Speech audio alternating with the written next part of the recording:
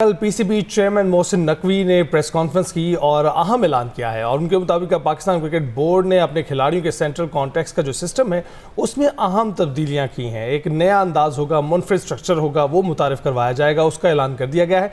उसी पर तबसरा करना है, चर्चा करना है। सलीम खालिक साहब स्पोर्ट्स के तजज़ियाकार हमारे साथ इस वक्त मौजूद हैं। बहुत बहुत शुक्रिया सलीम भाई हमें ज्वाइन करने के लिए। गुड मॉर्निंग, कैसे हैं आप? मैं ठीक हूँ, आप लोग कैसे हैं? खैरियत से? बिल्कुल ठीक ठाक। अच्छा ये बताइएगा कि ये जो नया स्ट्रक्चर मुतारिफ करवाया जा रहा है इसकी ज़रूरत क्यों पेश आई? ज़रूरत इसलिए पेश आई है कि जो हमारी नेशनल टीम की भी रीसेंट परफॉर्मेंस है, रीसेंट क्या बल्कि कुछ सालों से परफॉर्मेंस काफ़ी ख़राब है। ख़ास तौर पे जो आईसीसी इवेंट्स होते हैं तो उनमें हम लोग बहुत पीछे नज़र आते हैं, चाहे वो परफॉर्मेंस हो, स्किल्स हो या हमारी जो फिटनेस नज़र आए। तो उन सबको देखते हुए इन्होंने जायज़ा लिया होगा, जो पीसीबी का थिंक टैंक है उसने फिर अंदाज़ा लगाया होगा कि काफ़ी सारी कोताहियां प्लेयर्स की तरफ से भी होती हैं।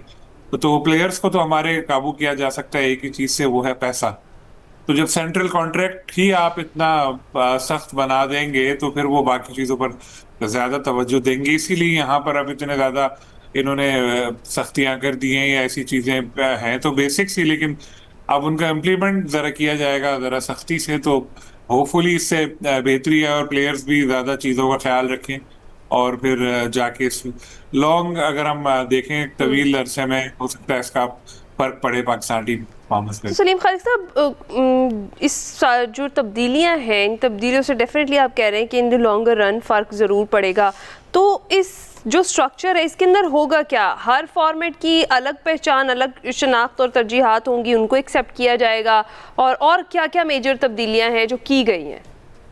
बिल्कुल ऐसा इन्होंने किया है कि मुख्तलिफ, जैसे पहले होता था ना ABCD कैटेगरीज होती थी, अब इस चीज को अलग कर दिया है। ओके। अब टेस्ट वाला अलग है, वाइट बॉल वाले अलग हैं, T20 फ्रेंचाइज अलग है, इस तरह से कर दिया है।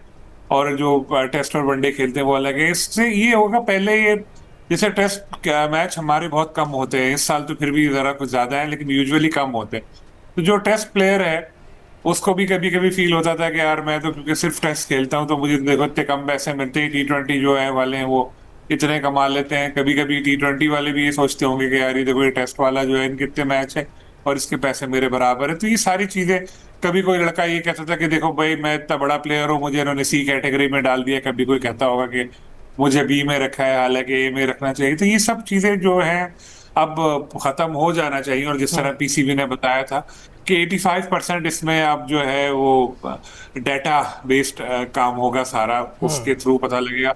सिर्फ 15-15% जो है ह्यूमन बेस्ड इसमें सिलेक्शन होगी। पहले लाइकिंग डिसलाइकिंग वाला एलिमेंट भी चलता होगा, अब ये सब नहीं हो सकेगा। लेकिन साथ में ये है कि ये चीजें बड़ी कॉम्प्लिकेटेड हैं, इनको अगर आप लेके बैठे हैं तो आपको भी समझने में मुश्किल होगी। और प्लेयर्स का तो मैं आपको बता दूं कि सेंट्रल कॉन्ट्रैक्ट माजी में आता रहा है। अभी मुझे कोई बुक नजर नहीं आ रही थी तो मैं आपको बताता, जो मेडिकल के स्टूडेंट पढ़ते हैं ना, किताबें बड़ी बड़ी मोटी मोटी किताबें, इतनी मोटी किताब होती है वो, और वो कहते थे लो भाई साइन करो उसमें। प्लेयर्स कहते थे पैसे वाला पेज क्या है, वो कहते थे फलाना नंबर पे पैसे लिखे, वो पैसे देखते थे साइन करके दे देते। और यूजुअली पहले होता यह था कि उसी कॉन्ट्रैक्ट टीम के टूर या सीरीज से कोई एक दिन पहले दिए जाते थे और 5 मिनट का वक्त होता था कि साइन करके दे दो।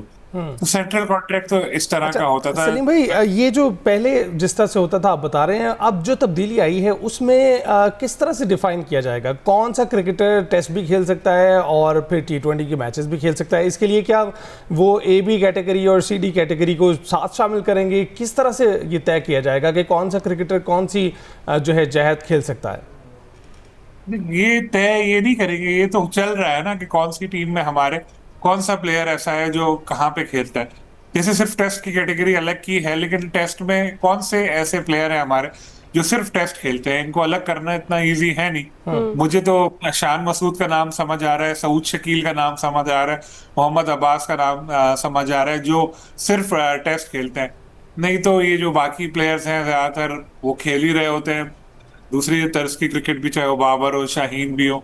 रही बात, एक अच्छी चीज उन्होंने और की है कि डोमेस्टिक क्रिकेट खेलना लाजमी। तो डोमेस्टिक क्रिकेट तो हमारे बड़े प्लेयर खेलते ही नहीं है, ना बाबर ना शाहीन ना रिजवान, जितने हैं वो कहाँ कितनी क्रिकेट खेले। रिजवान ने तो फिर भी शायद खेले हो कुछ, बाबर शाहीन तो बिल्कुल भी नहीं खेलते। तो अगर ये इसके अलावा एक फिटनेस मेडिकल टेस्ट लिया जाएगा, फिटनेस टेस्ट लिया जाएगा, वो भी बड़ा एक हार्ड होगा।